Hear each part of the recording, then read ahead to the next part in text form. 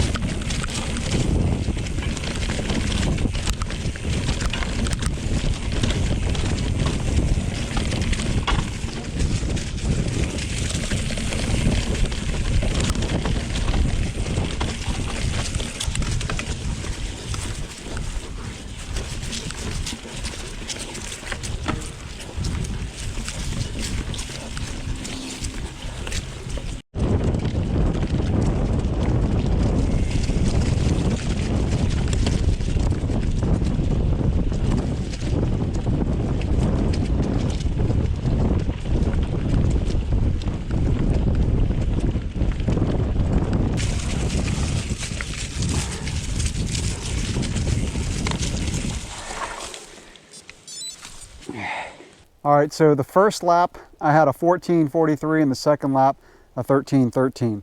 There are a lot of leaves on the trails today, so I had to take it pretty cautiously around some corners. And also these little tree seeds that are like little golf balls, and if you're not careful, you can wash out. So yeah, just, you know, this is mid-December, and lots of leaves on the trail. Now, our fall here doesn't come until December, so it's here. One thing that I'm curious about though is if the Trance 29, the mid-travel with the beefier tires, is going to bite better through these leaves. So I'm running some cross-country tires on the RKT9, and they don't have very deep treads.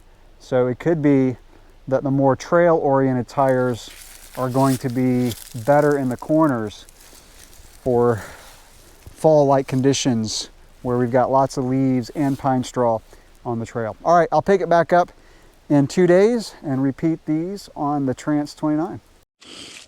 Well, almost ran over a water moccasin on the way back to the office.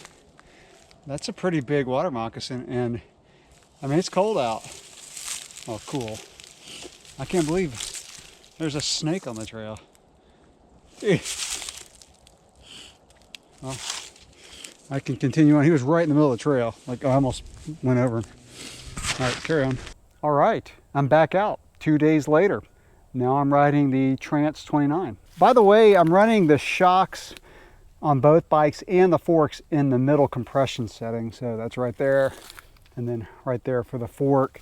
That's where I would use it for hammer mode, so I figured it's the best place to leave it. This bike firms up a lot between the fully open. Actually, I've got it fully open now, so I'm going to run it there. Pro pedal is what I call it, but that's the middle setting and that's fully locked, so I'm going to run it right there in the middle setting. But like I was saying, this bike really firms up when you move it to that middle setting. For most of my riding, I leave this bike in the fully open position and just let the giant Maestro do its work to firm up when I pedal hard.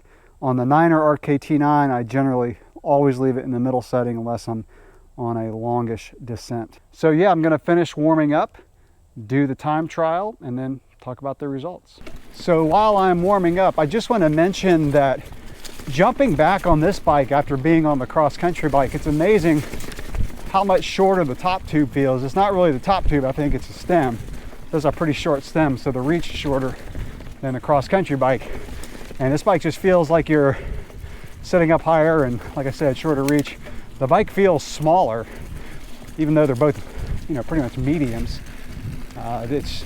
This bike definitely has a trail feel to it compared to the cross-country bike. But the more I ride this bike, the more that I feel like a mid-travel 29er is probably the best bike for someone who just wants to have one bike and they don't do anything extreme on either end. In other words, they don't seriously race cross country and they don't, you know, do just crazy steep gnarly stuff.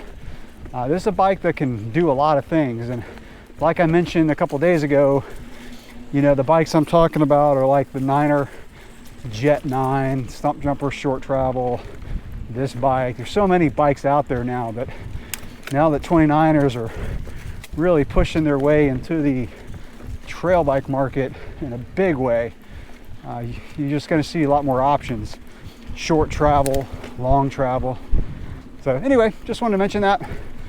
All right, time to finish my warm up and I'll get back with you in a little bit.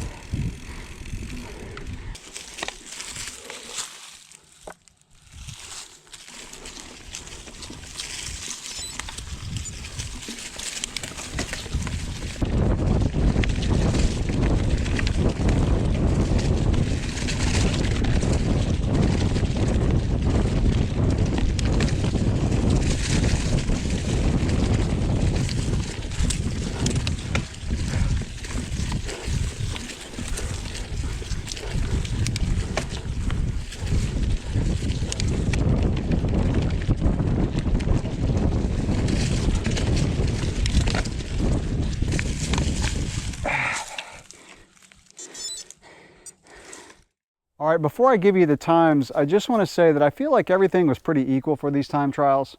The weather was beautiful both days. It was a little warmer today, about 10 degrees warmer, but I feel like the trail conditions were about the same. Physically, I felt about the same.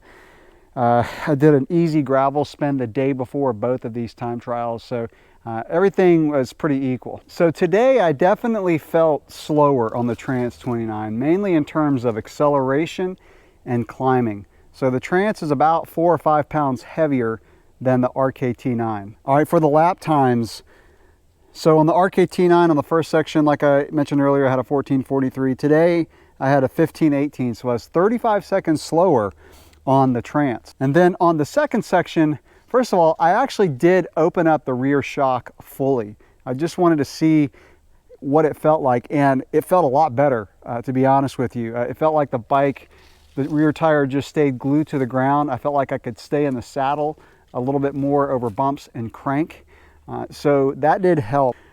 On the RKT9, a 1313, and then I had a 1334 on the Trance, so 21 seconds slower today on the Trance on the second section. So what kind of valuable information do we get from this? Well, for some of you, maybe not much. For me, I'm definitely not selling my cross-country bike.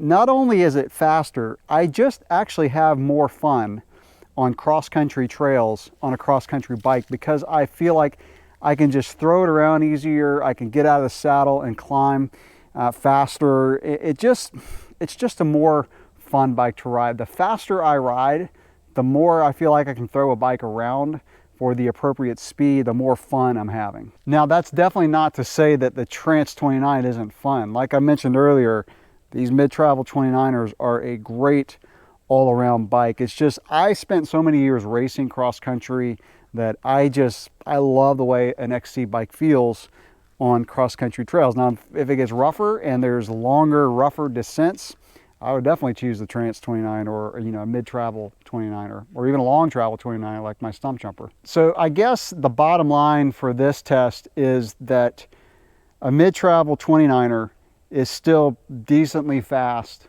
on cross-country trails. Geometry, I think, has a pretty big part to do with it. So the Trance 29 is pretty slack numbers. So the head angle on that bike is a 67. Like I said, it feels shorter with the stem being shorter. The RKT9, I think it's like a 69 or 70 degree head angle with a 120 fork. Now that bike actually doesn't feel too twitchy. It feels pretty balanced. But like I said, you know, you can still get away with a mid-travel 29er on cross-country trails and probably hang with guys on cross-country bikes if they're not just in absolute hammer mode. And even if they are, you're not going to be like an hour behind them. You know, it's still a super fun bike to ride. I'll be doing a lot more testing of this Trance 29 and talk more about the shock, how it rides. By the way, I did feel like the tires gripped better than the cross-country tires. So, I mean, that's not shocking news. These beefy tires on this bike really do grip well. So these are the Maxxis Minions, and you know, really good cornering traction when there's a lot of leaves on the cross-country trails. So that'll wrap it up for this video. Questions, comments, go ahead and drop those below. Have you done any tests with a mid-travel or long travel 29er with a cross-country bike? If you have, let me know, and let me know what type of trails you did the test on. Thanks for watching.